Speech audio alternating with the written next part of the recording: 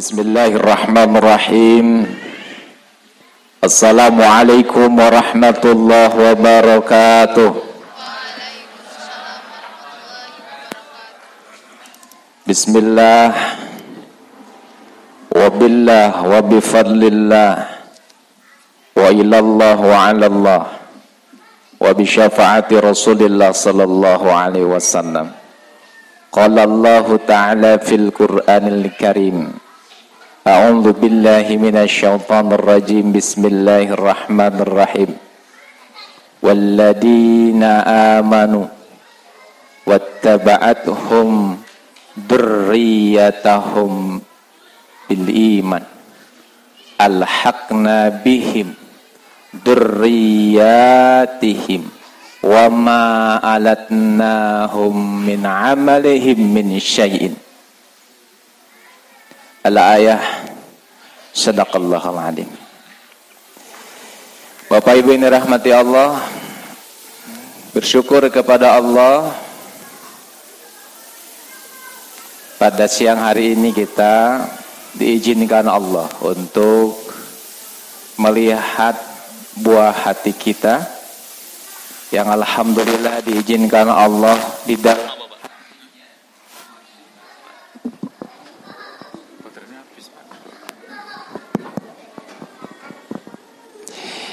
dalam hatinya sudah ada Al-Quran. Bagaimana ibu-ibu? Senang tidak? Alhamdulillah. Allah sudah berikan kesempurnaan dan keutamaan bagi orang-orang yang di dalam hatinya ada Al-Quran. Di antaranya dia akan mendapatkan mahkota. Bukan hanya dirinya, tapi orang tuanya. Tadi simulasinya sudah dilakukan oleh sekolah. Kita dikasih mahkota bukan dari cahaya tapi ya. Dari apa, Bu? Dari plastik. Tapi alhamdulillah minimal itu kita doakan, ya Allah, mudah-mudahan besok itu yang dilakukan oleh anak hamba kepada hamba. Masya Allah, ini kita syukuri sebagai nikmat dari Allah Subhanahu wa ta'ala. Bapak Ibu yang dirahmati Allah, anak itu diantaranya di dalam Al-Quran disebutkan anak itu adalah amanah. Apa yang disebut dengan anak amanah? Baik, kita akan pisah satu anak, yang kedua amanah. Bapak Ibu, anak itu pengertiannya apa? Ada yang tahu? Apa itu anak? Yang tahu saya kasih hadiah umroh. Simpang 5 diturunin. Apa Ibu? Anak apa?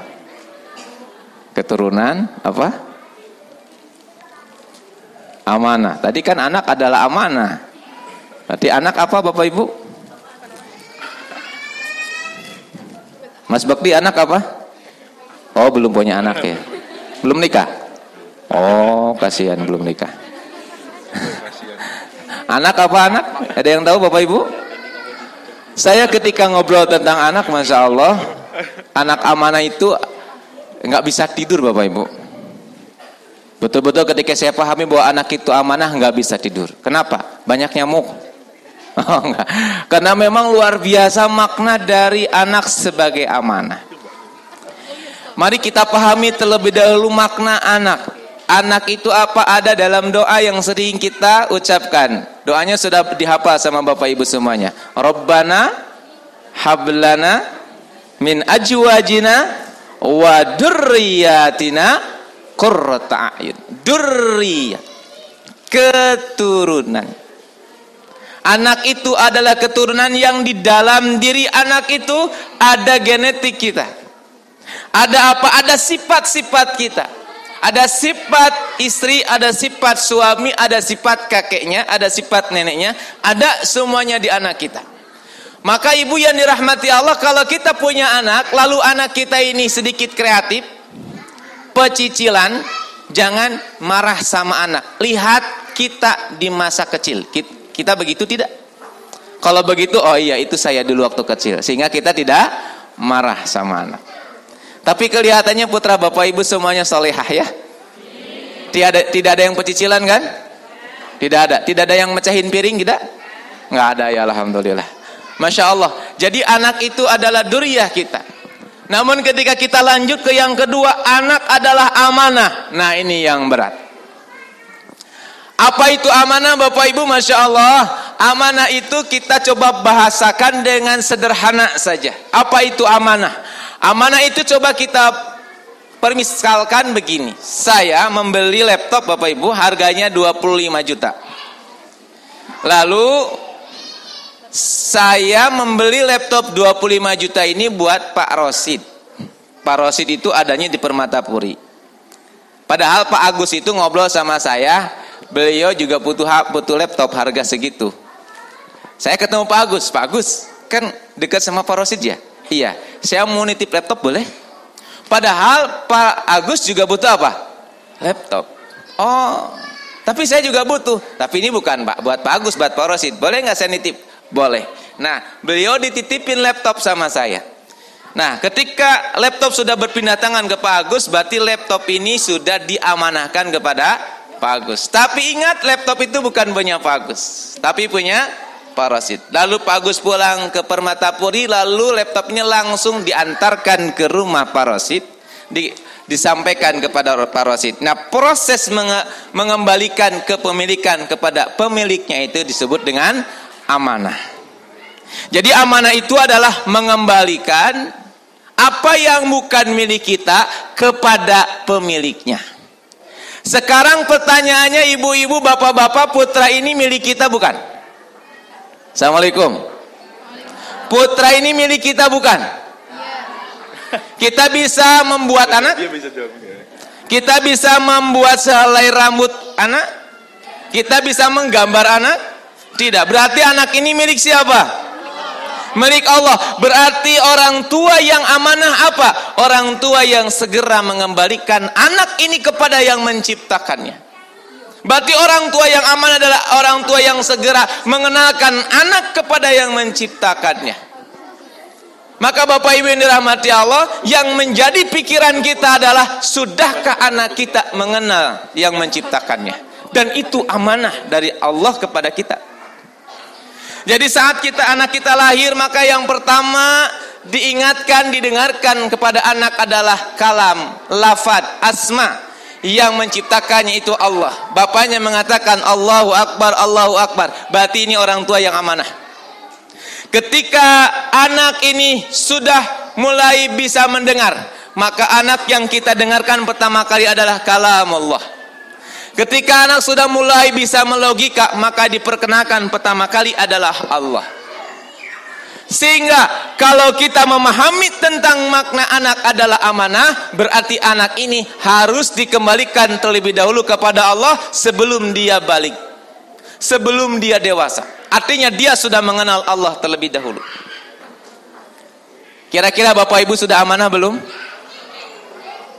Kalau kita lihat dari prosesnya, alhamdulillah, Bapak Ibu sudah menitipkan putra putrinya di sekolah yang ustadahnya Masya Allah gigih sekali untuk mengenalkan anak-anaknya kepada yang menciptakannya. Insya Allah ibu bapak semuanya amanah. Amin. Assalamualaikum. Amin Bapak Ibu. Ya. Baik Bapak Ibu berbahagia. Yang selanjutnya, emang anak itu amanah, namun juga anak itu disebut oleh Allah sebagai ujian.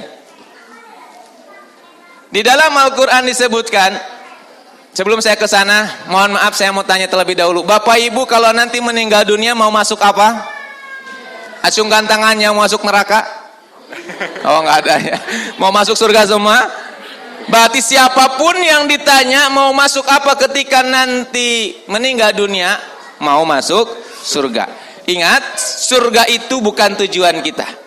Surga itu seperti kita, misalkan pergi ke Cilacap. Mau ke Cilacap, mampirnya di mana? Oh, di hotel. Hotel itu adalah persinggahan untuk acara kita. Jadi tujuan kita bukan surga, tujuan kita bertemu Allah di surga. Betul tidak?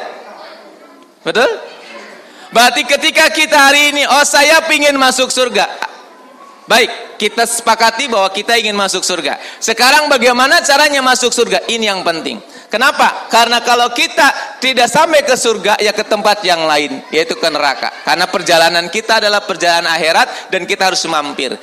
Kita berharap mampir kita di surganya Allah Subhanahu wa taala. Nah, Bapak Ibu yang dirahmati Allah, Allah sampaikan dalam Al-Qur'an ketika kita mengatakan bahwa anak itu ujian. A'udzubillahi minasyaitonir rajim. Am hasibtum an tadkhulul jannah walamma ya'tikum masalul ladina min qablikum massathumul ba'sa wadh-dharra wa zulzilu hatta yaqula ar-rasul walladzina amanu mata nasrullah ala inna nasrullahi qarib. Apakah kita akan masuk surga sebelum datang kepada kita ujian? Dan di antara ujian itu adalah putra kita. Maka putra kita akan dijadikan kepada kita ujian dengan 3. Dengan berapa Bapak Ibu? Dengan 3. Satu ujian yang sifatnya ba'as.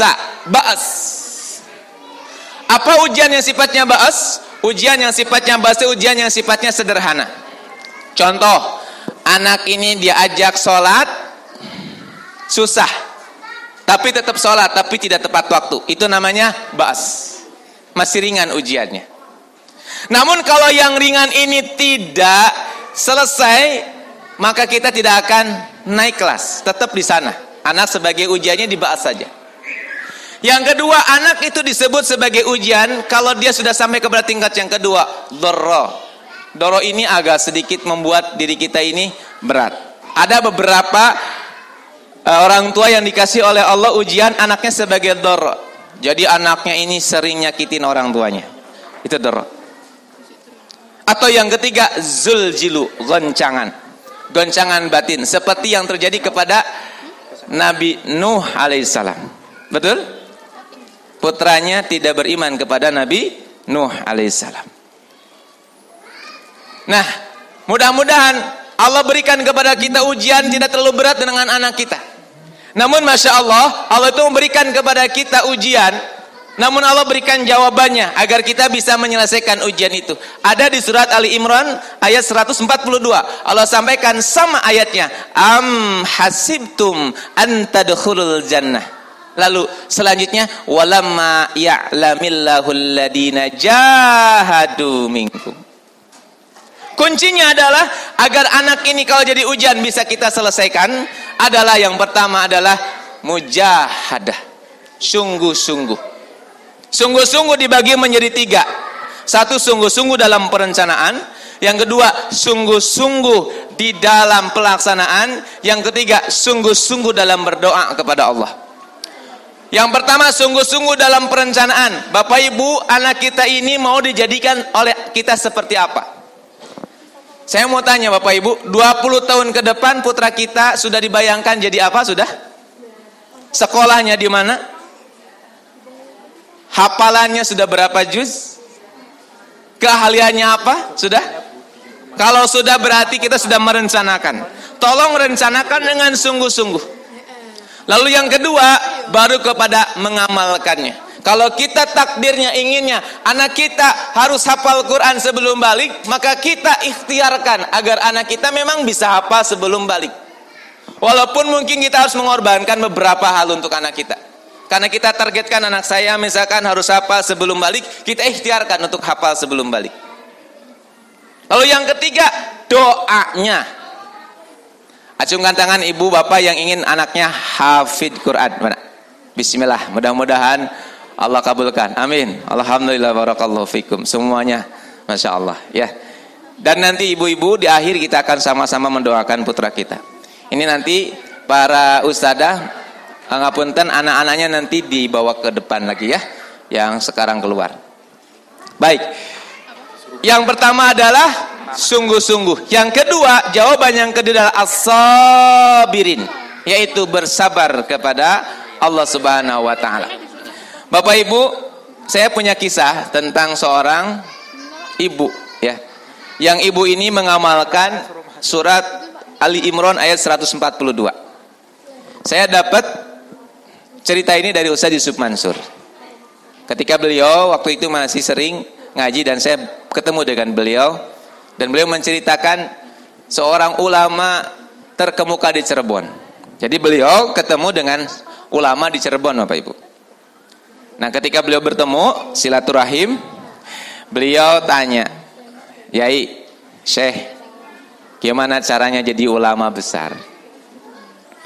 Lalu jawabannya sambil tersenyum, sang ulama ini mengatakan, "Yang membuat saya jadi ulama bukan saya, tapi orang tua saya." Akhirnya beliau Ustaz Yusuf Mansur ngejar, ceritakan dong gimana caranya agar ini bisa menjadi inspirasi buat orang tua. Lalu beliau menceritakan kira-kira kurang lebihnya begini. Bapak Ibu, ulama ini memiliki seorang ibu, yang ibu ini single parent karena ayahnya sudah meninggal. Dan sejak awal ketika dalam kandungan, doa ibu ini cuma satu, "Ya Allah, jadikan anak saya ulama besar." Doanya apa? Jadikan anak saya ulama besar. Pagi, siang, sore, malam, doanya sama, jadikan anak saya ulama besar.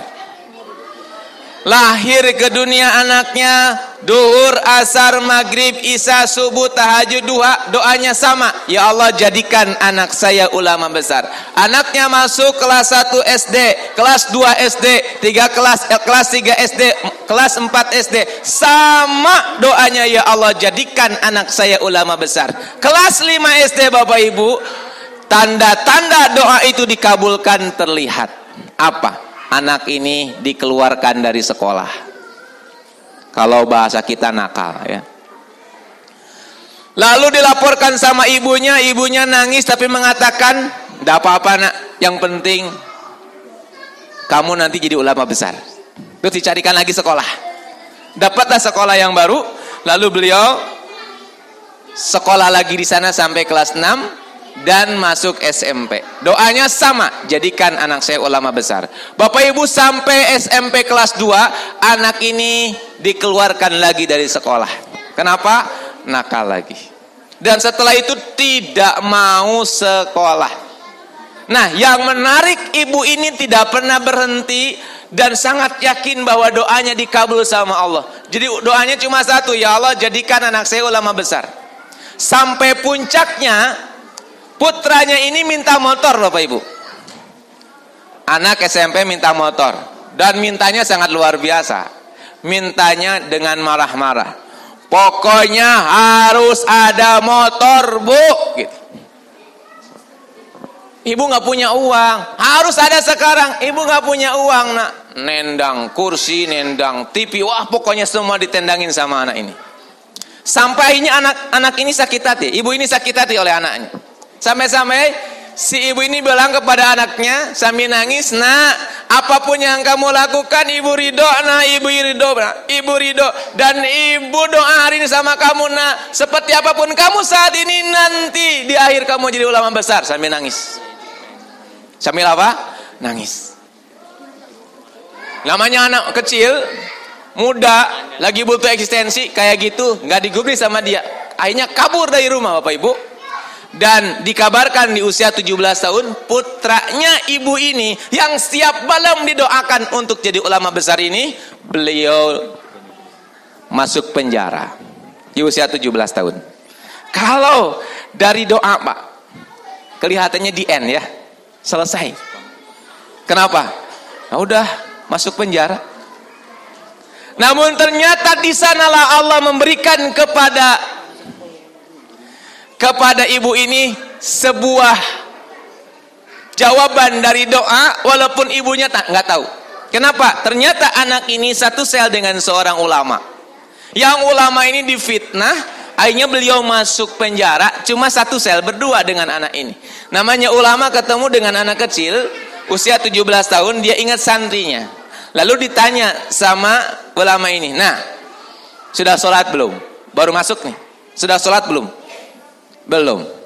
"Bisa adzan tidak?" "Enggak bisa." Takbir bisa?" "Takbir bisa." "Coba takbir." "Allahu Akbar." Nah, Kiai terusin, terus diterusin sama kiainya. Ayo kita sholat, sekarang wudu. Pas wudu dilihatin sama kiainya nggak bisa wudu. Kamu nggak bisa wudu? Belum bisa wudu. Diajarin sama kiainya. Masya Allah. Pertama masuk ke dalam penjara, langsung ketemu dengan kiai. Masya Allah Bapak Ibu, dari mulai itu beliau terus melaksanakan sholat arba'in, tepat waktu, berjamaah bersama kiai. Bukan hanya itu, beliau ikut qiyamul lail, ikut sholat duha. Kalau kiai baca Quran dia dengerin. Kata Imam Al-Ghazali, kalau 40 hari terus-terusan membaca Al-Quran, terus-terusan melakukan kebaikan, terus-terusan ibadah, maka orang ini akan mendapatkan nur hidayah, cahaya hidayah. Dan yang menjadi menarik setelah itu, anak ini tiba-tiba sering menangis. Sholat nangis, doa nangis, baca Quran nangis, adzan nangis, sholat duha nangis, sholat malam nangis, nangis terus. Jadi tanda seseorang itu mendapatkan hidayah adalah diantaranya nangis tanpa sebab. Atau dibalik, nangis tanpa sebab itu ada dua tanda. Satu, dia mendapatkan hidayah. Yang kedua, banyak hutang. Nah, kalau Bapak Ibu yang mana? Hidayah Bapak Ibu. Nah, Bapak Ibu yang dirahmati Allah, akhirnya sang kiai ini tanya kepada anaknya, "Nah, kenapa nangis terus?" "Ya Kiai, saya ingat ibu. Saya sering marah sama ibu. Dan saat saya pergi dari rumah, ibu saya nangis dan ibu pingin sekali saya jadi ulama besar. Hari ini saya ingat kangen sama ibu dan saya merasa menyesal. Kiai, minta tolong ajari saya ngaji agar ibu saya senang." Masya Allah. Keinginan ngajinya itu bukan keinginan orang tuanya, tapi keinginan anak. Hati-hati ibu, kalau bisa hafalan anak itu bukan keinginan orang tua, tapi keinginan siapa? Anak. Alhamdulillah, taharus binimah, anak saya tidak pernah saya minta hafalan dan tidak pernah saya murojaah. Dia ngapalin sendiri. Kenapa? Karena dia punya keinginan. Punya keinginan untuk ngapalin. Dan enggak ditekan, harus, enggak, dibiarin saja. Nah, anak ini di penjara, dia tidak punya keinginan, tidak dipaksa oleh kiai, tapi dia punya keinginan sendiri. "Kiai, tolong saya ajari ngaji. Saya ingin membahagiakan orang tua saya." Maka kiai tersenyum, "Baik nak, ayo kita ngaji bersama kiai." Maka anak ini dari mulai tidak bisa sholat, jadi bisa sholat. Dari mulai tidak bisa baca Quran, jadi bisa baca Quran. Dari mulai dia tidak bisa baca kitab, jadi bisa baca kitab. Dari mulai dia tidak hafal Quran, jadi hafal Quran. Masya Allah, 2 tahun di penjara, ternyata penjara disulap oleh Allah menjadi pesantren buat anak ini. Dan langsung tahasus sama kiainya. Setelah 2 tahun, singkat cerita Bapak Ibu, anak dan kiai ini keluar. Anak muda ini waktu itu usianya 19 tahun, lalu bilang kepada kiainya, "Kiai, mohon izin, saya mau pulang, sudah kangen sama ibu, mau pulang ke ibu, mau bilang ke ibu bahwa saya sudah bisa ngaji." Tanpa diduga oleh pemuda ini, sang kiai tidak mengizinkan.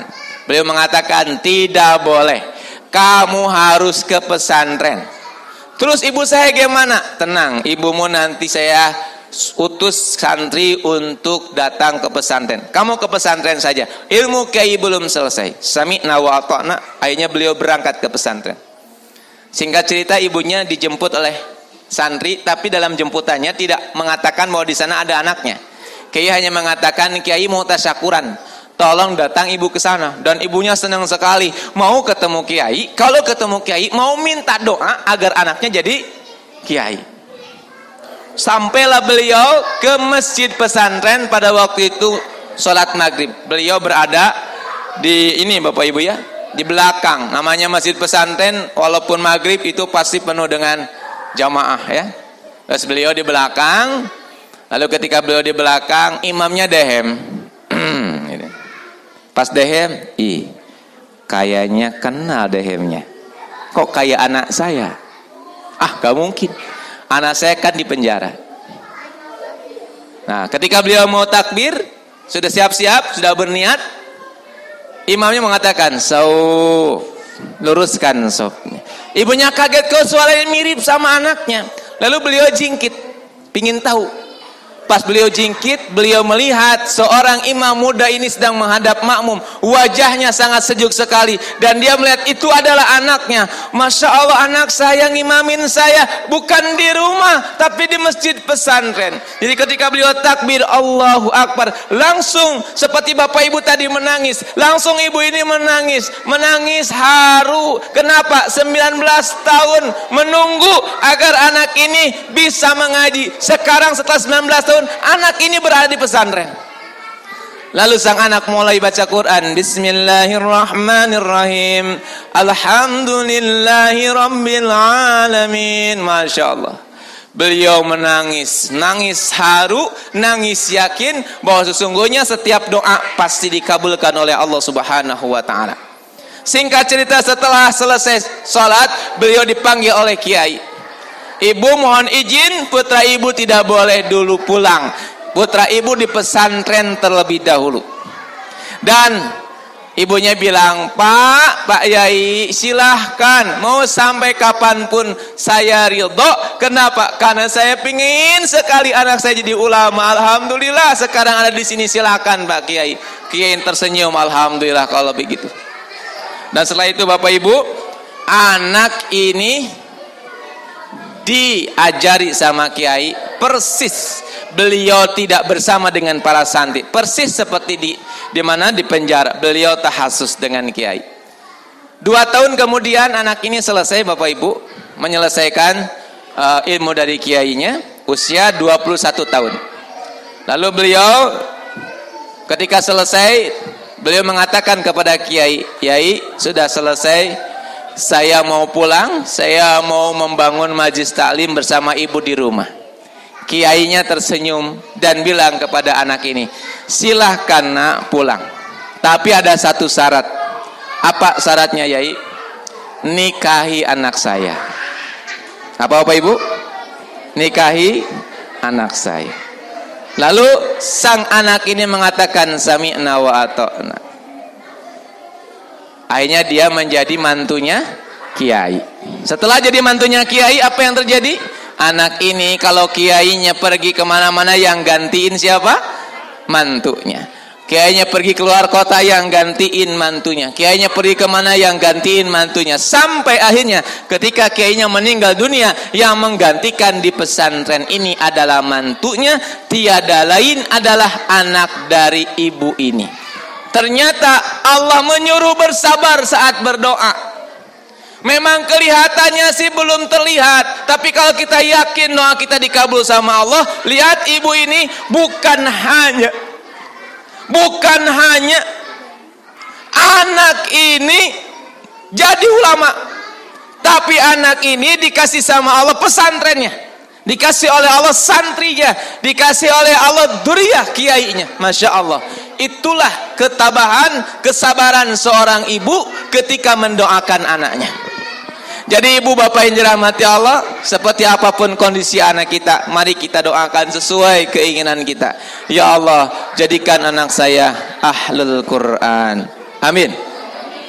Bapak ibu yang dirahmati Allah, yang terakhir Allah sampaikan di dalam Al-Quran bagi orang tua yang saleh. Apa yang Allah sampaikan? Waladina amanu, bagi orang-orang yang beriman. Wattaba'athum dzurriyyatahum, dan orang-orang yang mengikutinya. Dari siapa? Dari keturunannya, dari anak cucunya yang beriman kepada Allah. Lihat, alhaqna bihim dzurriyyatahum. Allah akan pertemukan kembali anak-anak ini dengan orang tuanya. Di mana? Di surganya Allah Subhanahu wa taala. Wa ma alatna hum min amalihim min syai'. Dan tidak akan pernah sedikit pun berkurang amalan kita. Jadi kalau tadi mindsetnya anak memberikan mahkota kepada kita, kalau sekarang dirubah, orang tua bisa narik anak. Anak misalkan di surga tingkat 20, orang tua di surga tingkat 90. Anak bisa ditarik, sini nak, ikut bapak ke atas, sini nak, ikut ibu ke atas, di atas saja. Ayat ini mengajak kepada kita agar apa? Agar kita tetap menjadi orang tua. Anak dibesarkan oleh orang tua ketika di mana? Di dunia. Anak butuh apa? Dikasih sama orang tua. Anak mau kuliah kemana? Diberi sama orang tua. Harusnya nanti di surga juga begitu. Anak di surga nomor berapa? Kita di surga nomor 90, ditarik. Ayo nak, ke atas. Dan itu diperbolehkan. Kata para mufassirin, ini diperbolehkan dan ini yang kuat. Bahwa anak bisa langsung naik ke atas bersama orang tuanya karena orang tuanya saleh. Jadi Bapak Ibu, kalau anak kita hafal Quran, ayo kita sama-sama hafal Quran. Walaupun anak kita hafal Quran 30 juz, kalau kita hafalnya setengah dari juz 30, nggak apa-apa. Tapi terus-terusan hafalan sampai kita meninggal dunia, itu juga sama penghafal Quran. Betul?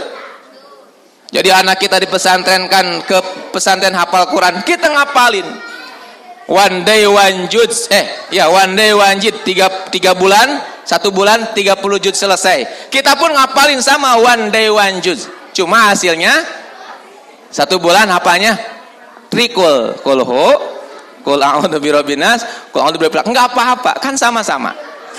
Ya Bapak Ibu ya. Jadi intinya orang tua tetap jadi orang tua kalau bisa di surga. Apa? Dipertemukan oleh Allah dengan anak-anaknya. Mana anak saya? Bu, yang paling senang bagi seorang ibu yang sudah sepuh adalah lebaran. Betul nggak? Kenapa? Semua anak-anaknya kumpul di rumah. Betul? Dan sama nanti kalau di surga, ibu punya anak 14 itu. Kan nanti berpisah. Sama, saat ini kan sudah berpisah.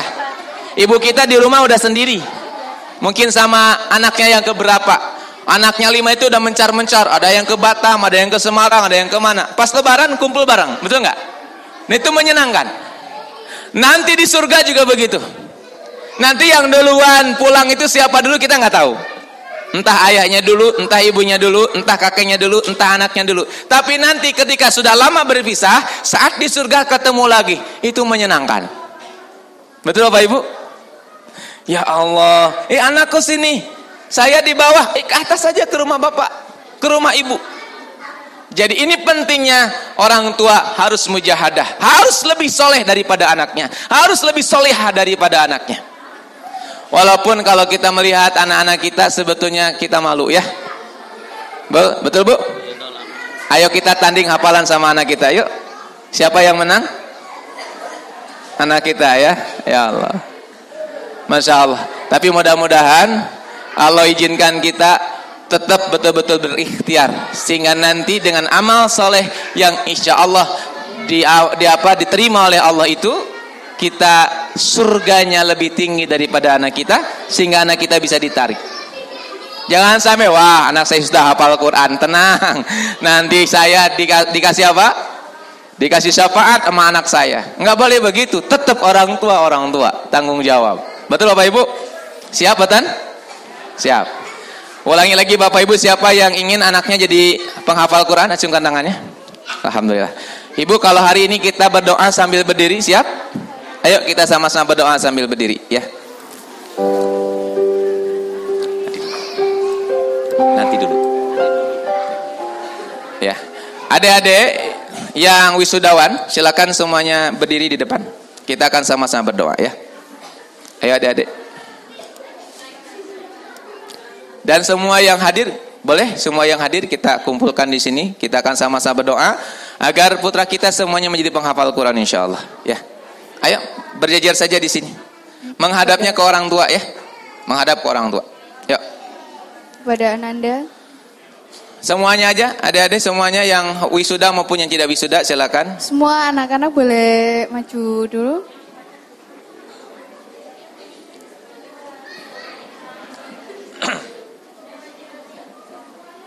Semuanya. Siswa-siswi SD Insan Mulia boleh semuanya maju. Insya Allah ini momentum yang sangat disukai oleh para malaikat ya. Insya Allah para malaikat hadir di majlis ini dan insya Allah akan mengaminkan doa-doa kita insya Allah. Baik Bapak Ibu, nanti doanya adalah Yang doa adalah Bapak Ibu semuanya. Doanya tentang doa khatmil Quran, cuma yang mudah saja ya. Allahumma arhamna bil Quran, sudah hafal semua ya? Nanti, jadi Bapak Ibu, ini putra-putra kita ini, kita ikhtiarkan, kita doakan pada siang hari ini, semoga mereka semuanya menjadi ahlul Quran. Amin. Ya, nanti Bapak Ibu mereka akan mendatangi Bapak Ibu semuanya, mereka akan meluk Bapak Ibu semuanya. Setelah dipeluk, silakan Bapak Ibu pegang kepalanya, lalu kita akan sama-sama berdoa ya. Baik, adik-adik yang Masya Allah ini calon hafidh-hafidhah semuanya ya. Acungkan tangan adik-adik yang insya Allah akan menjadi hafidhah. Katakan saya. Ayo, tangannya di atas semuanya, ikuti saya semuanya. Bismillahirrahmanirrahim. Ayo, insya Allah. Ulangi dulu, tangannya ke atas dulu. Simpan di dada kirinya. Ya, simpan di dada kiri kita. Ya, di dada kiri. Nah, ini di dada kiri. Tangan kanan simpan di dada kiri. Tangan kanan simpan di dada kiri. Dipejamkan matanya, yuk. Dipejamkan matanya, adik-adik ikuti saya bersama-sama. Bismillahirrahmanirrahim. Insya Allah, dengan izin Allah dan ridho orang tua, saya bertekad untuk menjadi penghafal Al-Quran, ahli Al-Quran, pengamal Al-Quran. Seberat apapun ujiannya, insya Allah saya akan bertahan. Namun saya adalah manusia, anak biasa, yang tentunya ada lelah, ada capek, ada putus asa. Karena itu saya sangat membutuhkan doa dari orang tua saya. Bismillah, hari ini, siang ini, saya akan mendatangi orang tua saya, akan memeluknya, akan menciumnya, dan akan meminta doa dengan penuh kesungguhan agar saya dijadikan penghafal Al-Quran. Amin. Baik, hitungan 3 adik-adik, silahkan adik-adik datang ke orang tuanya, peluk dulu orang tua, cium dan bilang, abi, umi, mama, ayah, doain saya ya. Baik, silakan dalam hitungan 3 silakan cari orang tuanya. 1, 2, 3 dimulai, silakan.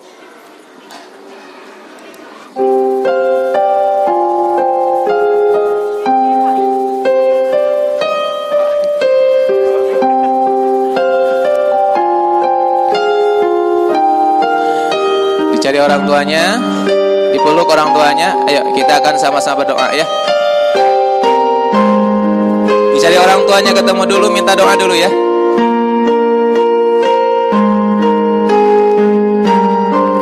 Baik Bapak Ibu, sambil dipegang ubun-ubunnya, dilus ubun-ubunnya, ayo ikuti saya bersama-sama.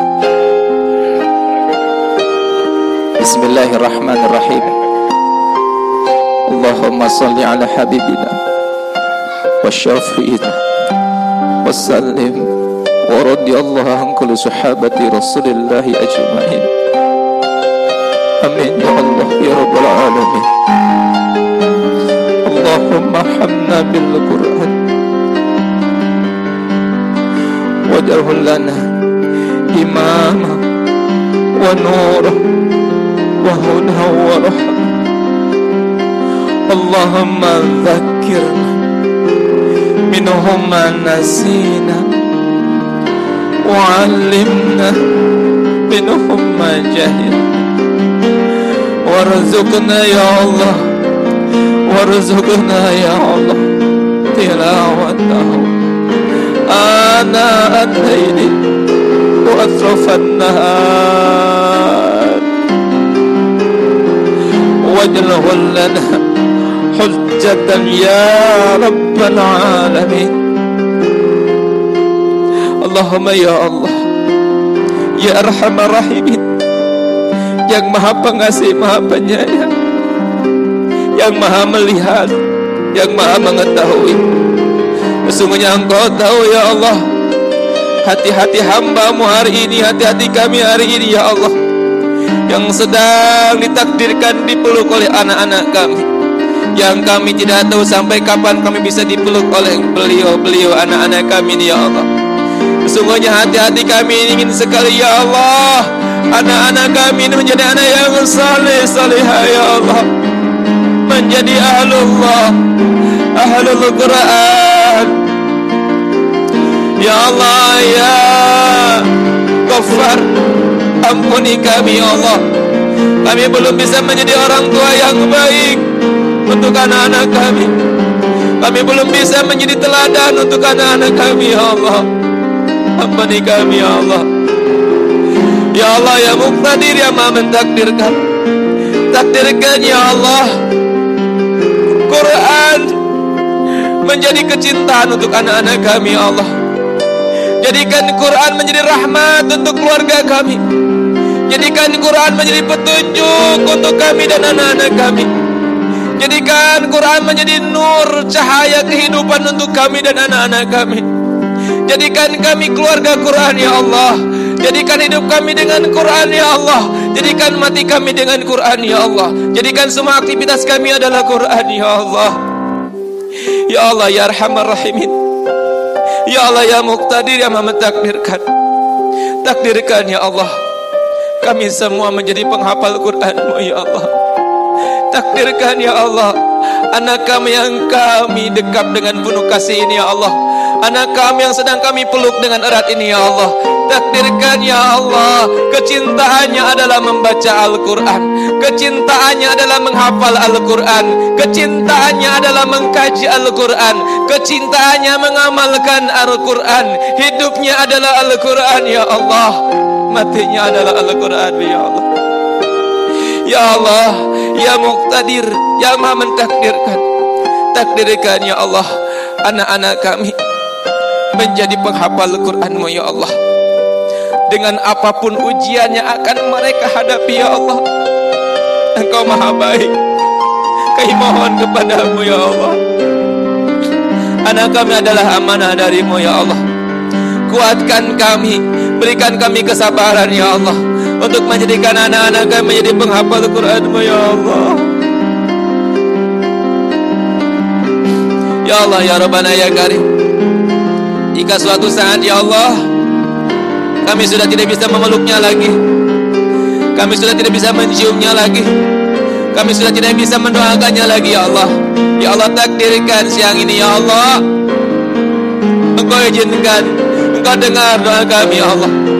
Jaga anak kami ya Allah, jaga pergaulan anak kami ya Allah dengan Al-Quran-Mu ya Allah. Kehidupan mereka begitu sangat berat untuk mereka ya Allah, jadikan mereka ya Allah dekat dengan Quran-Mu, dijaga hatinya dengan Quran-Mu ya Allah. Ya Allah, sebentar lagi mereka akan meninggalkan sekolah insan mulia ya Allah. Temukan ya Allah lingkungan yang baik yang akan membuat mereka selalu dekat dengan Quran ya Allah. Kau Maha besar, Maha adil ya Allah. Izinkan ya Allah, izinkan ya Allah, takdirkan ya Allah seluruh keluarga kami semuanya ahlul Quran.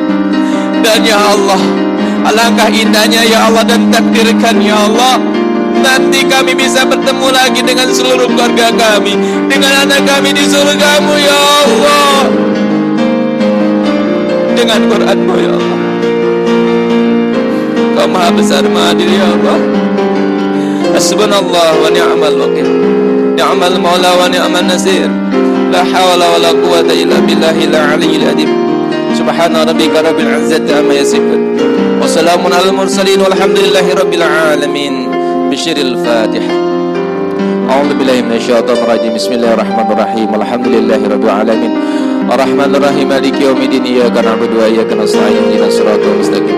Shiratal ladzina an'amta 'alaihim ghairil maghdubi 'alaihim waladdallin. Amin. Sekarang Bapak Ibu silakan kasih motivasi putranya agar dia menjadi penghafal Quran. Silakan. Dikasih motivasi.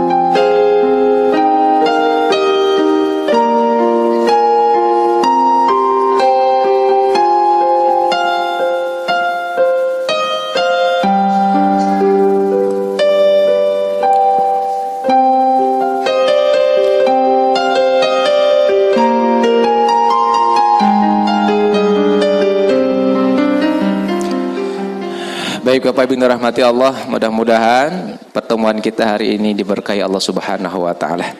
Dan Allah jadikan kita semuanya menjadi ahli Quran. Terima kasih kepada Bapak Ibu guru, Ustadz Ustadzah. Kita doakan mereka semua diizinkan oleh Allah mendapatkan pahala yang berlipat. Dan kita ridho anak kita juga menjadi anaknya beliau-beliau ya. Karena beliau yang membimbing anak-anak kita. Para ustadzah, guru-guru qiraat yang sangat mulia di sisi Allah. Mangga kami ridho kalau menjadi putra kami menjadi putranya panjenengan juga, karena insyaallah ilmunya panjenengan mengalir di dalam anak-anak kami. Pahalanya juga melalui pada panjenengan semuanya. Ibu-ibu semuanya, ibu kepala sekolah, sekali lagi kami ucapkan terima kasih. Bapak Ketua Yayasan matur suwun atas semua perhatiannya, dan alhamdulillah semoga pertemuan ini barokah untuk kita semuanya. Usikum wa nasibi taqwallah. Assalamualaikum warahmatullahi wabarakatuh. Waalaikumsalam warahmatullahi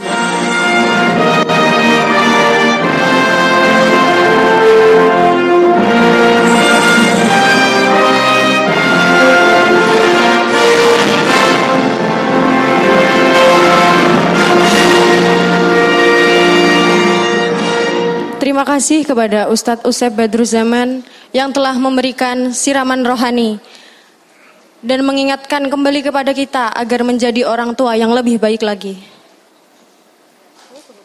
Demikianlah acara wisuda Al-Quran Juz 29 dan 30 siswa-siswi SDIT Insan Mulia tahun ajaran 2019-2020. Semoga serangkaian acara pada hari ini memberikan keberkahan bagi kita semua.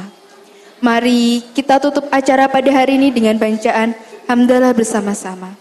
Alhamdulillahirabbil alamin. Kami sebagai pembawa acara mohon maaf yang sebesar-besarnya apabila dalam memandu acara terdapat tutur kata dan kesalahan lain yang membuat hadirin sekalian kurang berkenan. Wabillahi taufiq wal hidayah. Wassalamualaikum warahmatullahi wabarakatuh.